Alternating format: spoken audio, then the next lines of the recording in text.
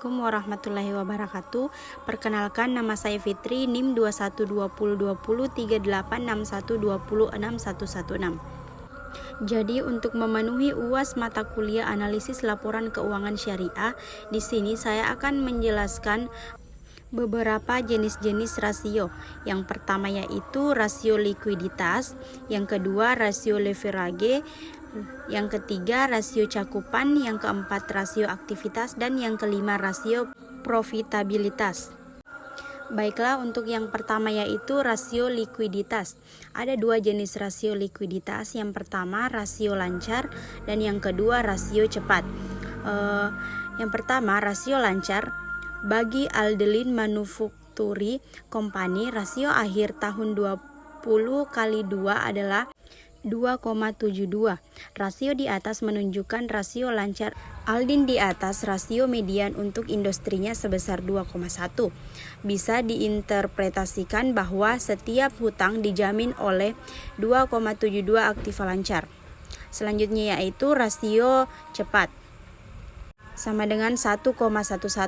Rasio cepat Aldin agak di atas rata-rata median industrinya, yaitu 1,1, yang menunjukkan sejajar dengan industrinya.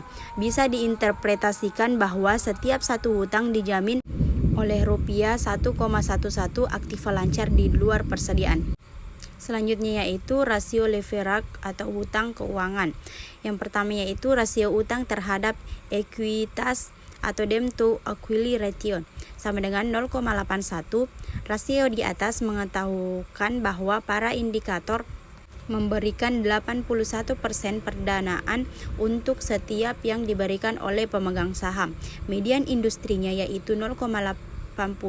Jadi Aldin sejalan dengan industrinya sehingga tidak akan mengalami kesulitan dengan para kreditor setiap rasio utang yang besar.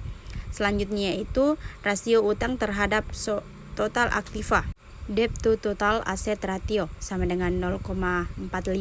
Rasio ini menunjukkan persentase aktiva perusahaan yang didukung oleh perdanaan utang. Rasio di atas bisa diinterpretasikan 45% dari aktiva perusahaan didanai oleh utang dari berbagai jenis, sementara sisanya 55% perdanaan berasal dari ekuitas pemegang saham.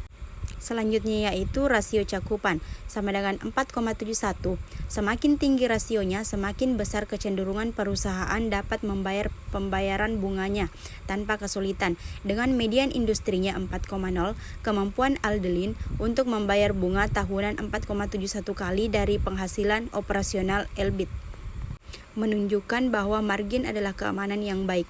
Selanjutnya yaitu rasio aktivitas. Rasio aktivitas ini mempunyai dua jenis yaitu rasio perputaran piutang dan rasio perputaran piutang dalam hari.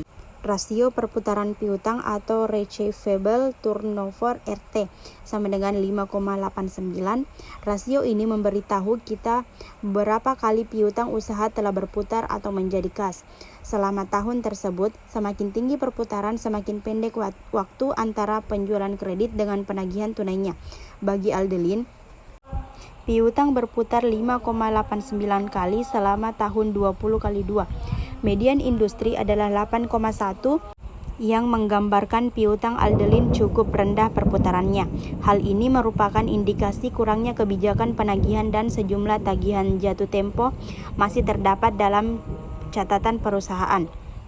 Selanjutnya yaitu rasio perputaran piutang dalam hari atau receivable turnover days RTD sama dengan 62 hari. Bagi Aldelin yang perputaran piutang 5,89, rata-rata waktu penagihannya adalah 62 hari. Sementara median perputaran industri adalah 8,1, rata-rata waktu penagihan industri adalah 365 per 8,1 sama dengan 45 hari.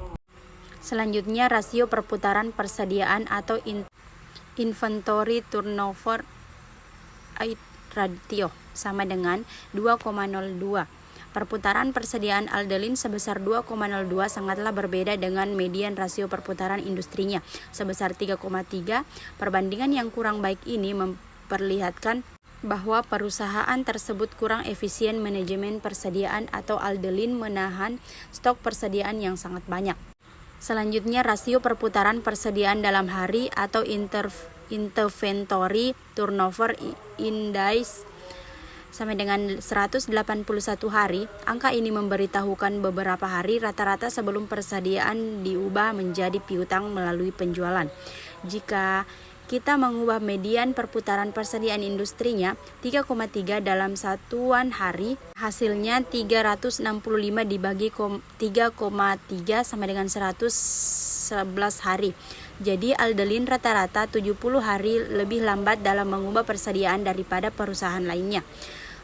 Selanjutnya, rasio perputaran total aktiva atau modal sama dengan 1,23. Aldelin menghasilkan pendapatan penjualan per $1 investasi kurang dari median industrinya sebesar 1,66. Rasio perputaran aktiva memberitahukan efisien relatif penggunaan total aktiva perusahaan untuk menghasilkan penjualan. Selanjutnya yaitu rasio profitabilitas. Yang pertama, profitabilitas dalam kaitannya dengan penjualan. Yang pertama yaitu rasio margin laba kotor sama dengan 32,9%. Margin laba kotor Aldelin secara signifikan berada di atas median industrinya sebesar 23,8 hingga menunjukkan bahwa perusahaan tersebut secara relatif kurang efektif dalam memproduksi dan menjual produksi di atas biaya yang dikeluarkan. Yang kedua, rasio margin laba bersih sama dengan 11,19%. ROE yang tinggi mencerminkan penerimaan perusahaan atas peluang investasi yang agak lebih rendah dari industrinya, mengkonfirmasikan bahwa Aldelin menggunakan lebih banyak aktiva untuk menghasilkan $1 penjualan daripada perusahaan lainnya dalam industri yang sama. Yang kedua, tingkat pengembalian atas ekuitas atau return on quality sama dengan 11,19%. ROE yang tinggi mencerminkan penerimaan perusahaan atas peluang investasi yang baik dan manajemen biaya yang efektif. ROE Aldelin berada di bawah median pengembalian untuk industrinya atau 14,04%. Baiklah, itulah tadi pemaparan materi yang sempat saya sampaikan. Semoga bermanfaat dan saya minta maaf atas segala kekurangan. Assalamualaikum warahmatullahi wabarakatuh.